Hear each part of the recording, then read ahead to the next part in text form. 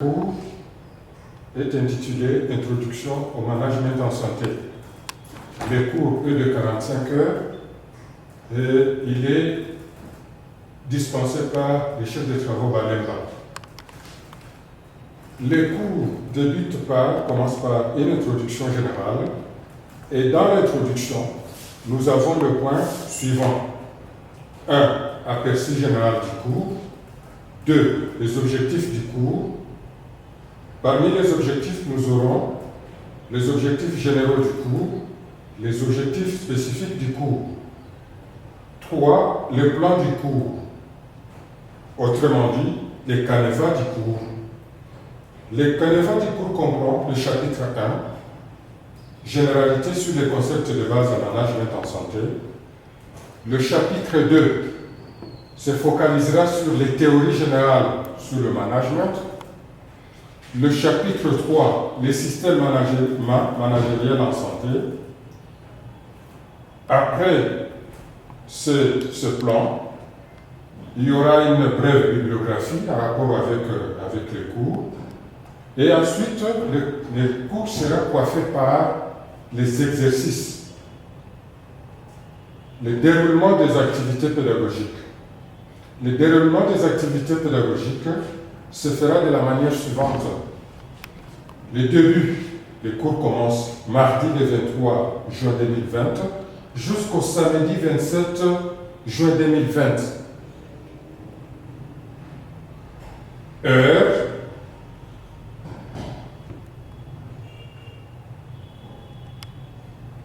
à partir de 10 heures. À partir de 10 heures, le cours débute mardi 23 juin 2020 jusqu'au samedi 27 juin 2020. Dans les cours, il y aura des travaux pratiques. Ces travaux pratiques, vous les étudiants, vous allez les faire à partir du dimanche 28 juin 2020 jusqu'au lundi 29 juin 2020. Et chaque étudiant, ou bien chaque groupe d'étudiants, sera en mesure de remettre ce TP au plus tard les mardis.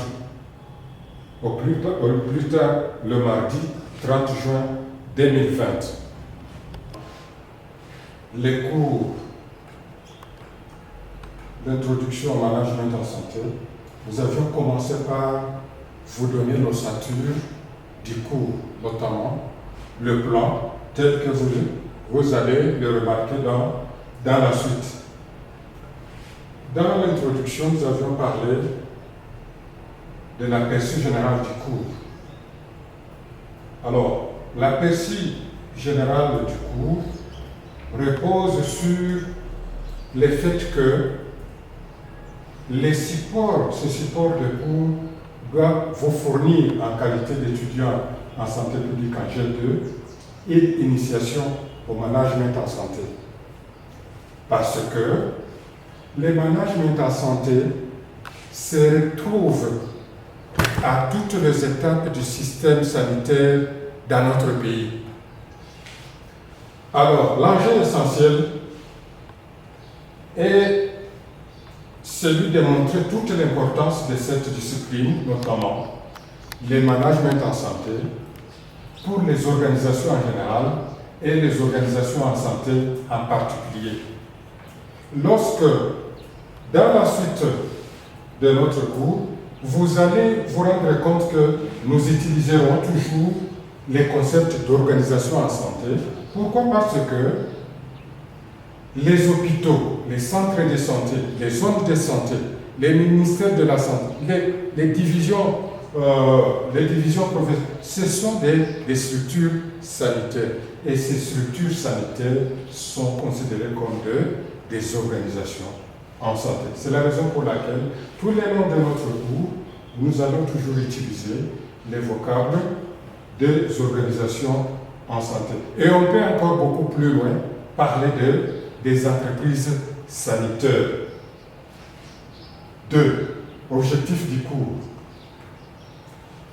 Les objectifs du cours sont scindés en deux parties. Nous avons ici les objectifs généraux et les objectifs spécifiques. Objectifs généraux. 1. Les cours se proposent de sensibiliser l'étudiant à la nécessité de la rigueur dans l'organisation et le fonctionnement des organisations sanitaires.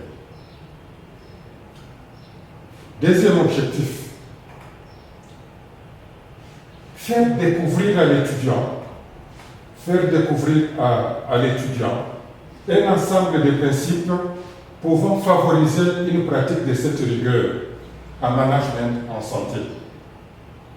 Troisième objectif général, il s'agit de développer chez l'étudiant des capacités de gestion par l'étude des différentes théories et techniques de management en santé, mais aussi susciter chez l'étudiant des capacités de planification, de direction, de gestion, d'administration, d'organisation, de coordination et de contrôle par l'étude des différentes théories et techniques de management en santé. Objectif spécifique. 1. Les cours se proposent de définir d'abord les concepts de management en santé. À la fin de ce cours, l'étudiant sera capable de définir les concepts de management en santé. 2. À la fin du cours, l'apprenant sera capable de relever les grandes approches de management en santé. 3.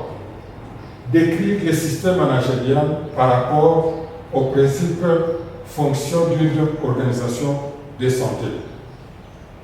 Dans le troisième chapitre, normalement, vous allez voir que nous avions dit que nous parlerons du système managérial.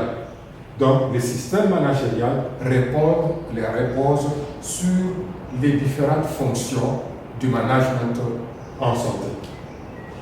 4. Rappeler à l'étudiant les différents processus et différentes techniques de management et comment les appliquer à l'analyse d'une situation pratique de gestion à management en santé.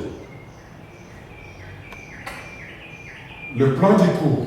Dans le plan du cours, vous allez retrouver en détail les éléments suivants. Chapitre 1. Généralité sur les concepts de base en management en santé. Le premier point concernant les concepts de management. Le deuxième point, les raisons de la nécessité du management. Pourquoi le management est nécessaire pour les étudiants de deuxième année de graduat en santé publique. Le management, 3. Management comme science, A. Les 10 rôles des managers, les niveaux de management, les compétences des managers pour la gestion, les caractéristiques des bon manager, les responsabilités du manager, évolution du management à travers les âges, le début lointain, expérience de Moïse, la révolution industrielle, les grandes écoles de management. Chapitre 2.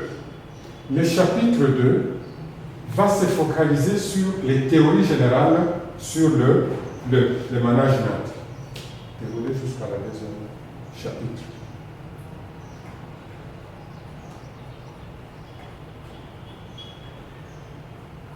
Deuxième chapitre.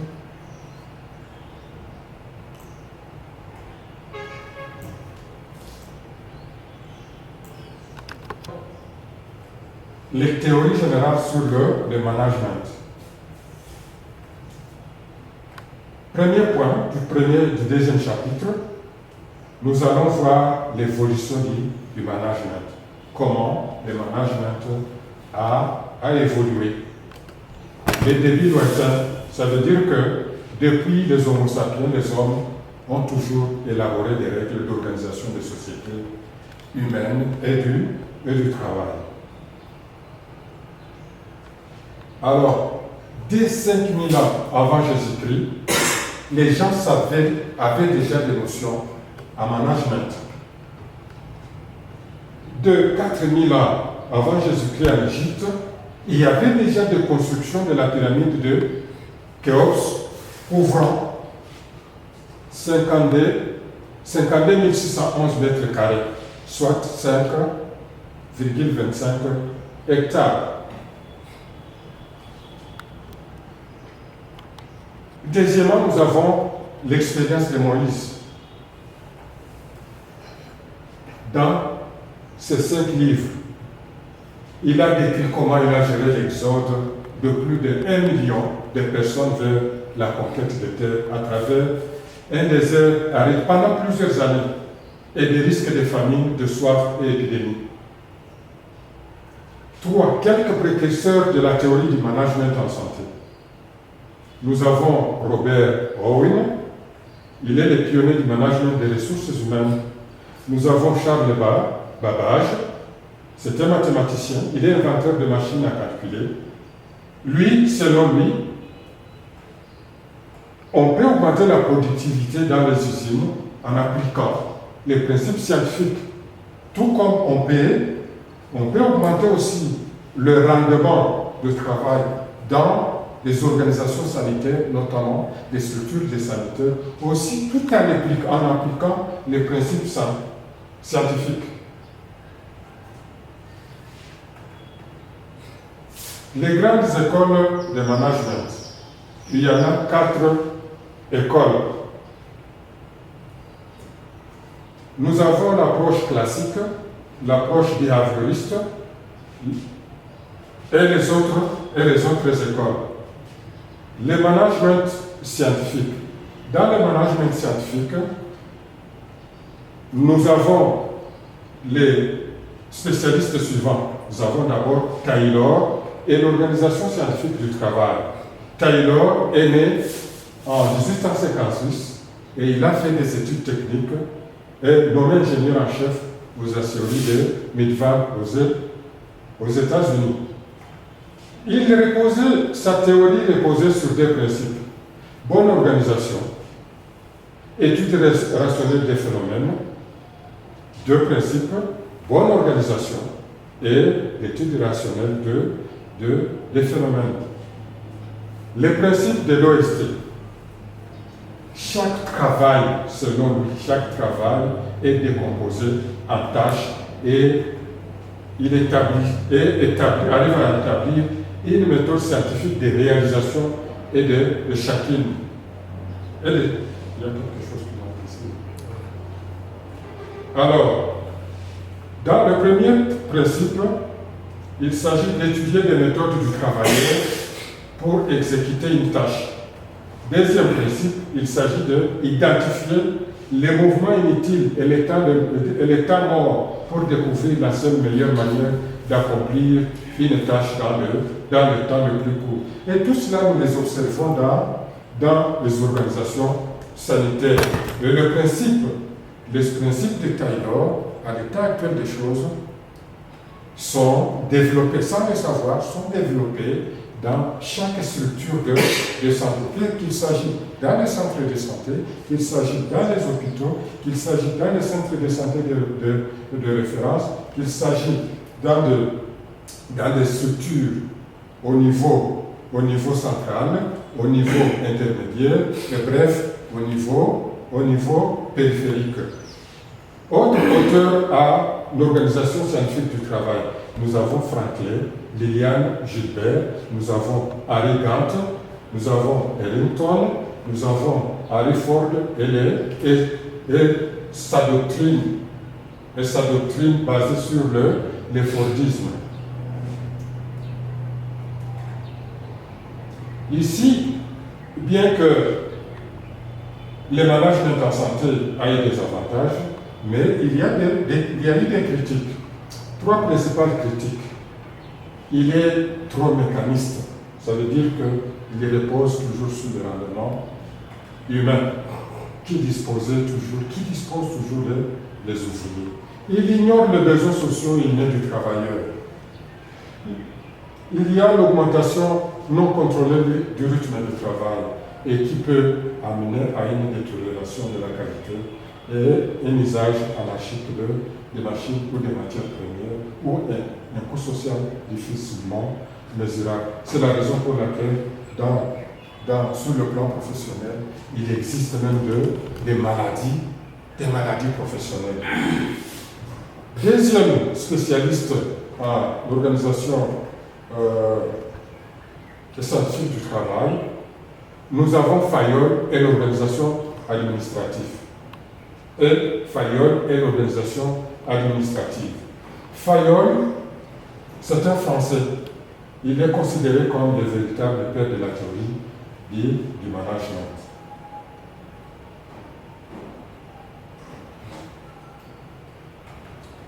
Lui, selon Fayol, comment il définit l'administration. Parce que beaucoup de gens n'arrivent pas à donner des éclaircissements réels entre management, administration et gestion. Administrer ici, c'est prévoir, organiser, commander, coordonner et contrôler. Prévoir, c'est interroger l'avenir, dresser le programme d'action. Organiser, c'est constituer un double organisme matériel et social d'une entreprise ou d'une organisation de santé. Commander, il s'agit ici de faire fonctionner le personnel. Coordonner, il faut relier, unir, harmoniser tous les actes et les efforts. Et contrôler, il faut veiller à ce que tout se passe conformément aux règles établies et aux ordres donnés. L'administration. Nous voyons les différentes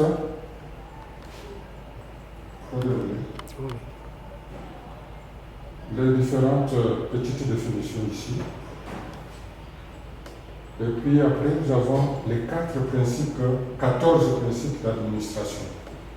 Mais ce qu'il faut retenir ici, parmi les 14, nous avons 5 d'entre eux qui constituent la base de tous les autres. Donc 5 principes constituent la base de tous les autres principes d'administration. Et Fayol, on les appelle la main de fer du manager fayolien. La main ici, la main à 5 doigts. Nous avons le pouce, signifie autorité et responsabilité, l'oculaire, initiative, l'index, unité de commandement, l'annulaire, unité de direction, majeur, hiérarchie. Mais avec les 5, nous avons les 9 principes de soutien que vous allez lire dans les supports après cette séance, n'est-ce pas? Les autres auteurs fayoliens, ça veut dire que les gens qui ont suivi les disciples de Fayol, nous avons Glick et Lirwich, ils ont appliqué aussi les théories de Fayol sur l'administration publique. Et ils ont enrichi la définition de l'administration en ajoutant les staffing, les reporters, c'est dans le cadre de la communication, et les budgets ou budgeting. Un autre principe de management, nous avons Weber et la doctrine de la bureaucratie. Pour Weber, il a les principaux suivants. Une hiérarchie bien définie, donc tout est hiérarchisé dans l'administration. Nous avons d'autres points ici, d'autres principes de Weber ici. Ils sont au nombre de 8 et vous allez les lire calmement chez vous à la maison. Nous avons ici les avantages de la bureaucratie, nous avons aussi les désavantages de la bureaucratie, et puis une autre approche, l'approche D, qui concerne les approches modernes du management. Ici, il s'agit de management par objectif, l'approche systémique en management. Terminé. Ici, on a pu quand même vous faire comprendre, quand on parle d'objectifs, en santé, de quoi s'agit-il? Ça veut dire qu'un objectif, une organisation, normalement, une organisation sanitaire, doit se fixer des objectifs précis, puisqu'ils serviront d'arrière-plan à l'élaboration des stratégies, de plans, à l'établissement des priorités et à la répartition des ressources. Sans objectif, on ne peut pas atteindre un résultat souhaité. Et ainsi, on peut donc définir un objectif comme étant un résultat qu'on se propose d'atteindre. Dans chaque organisation sanitaire, dans chaque entreprise sanitaire, les managers doivent se proposer toujours des objectifs. Ils doivent fixer des objectifs parce que les résultats dépendent toujours de l'objectif qu'on s'est fixé. On a défini ici les caractéristiques d'un objectif. On a donné les types d'objectifs dans une organisation de santé. Là, comment on fait pour formuler un objectif.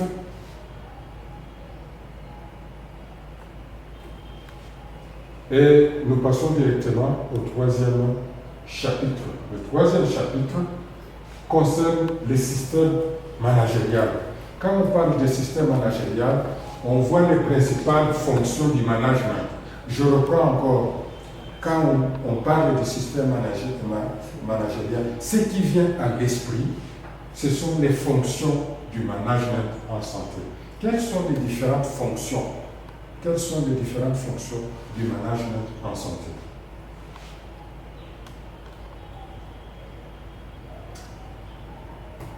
Normalement, le management en santé repose sur 4 principales activités. Le management en santé repose sur 4 principales activités. Il s'agit de la planification, il s'agit de l'organisation, il s'agit de la direction et du contrôle.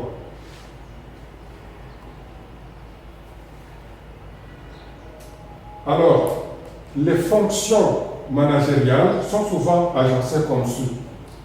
Ce schéma ici, on planifie d'abord, on commence par la planification. Deuxièmement, on passe à l'étape de l'organisation. Lorsqu'on a planifié, on doit maintenant voir comment organiser ce qu'on a planifié. Comment on doit faire la direction de ce que l'on a planifié et comment on peut contrôler. Voilà les 4 principales activités du management. Il faut planifier, organisation, direction et contrôler. Est-ce qu'on peut aller là? On peut aller ici. Ici, lorsqu'il s'agit de la planification,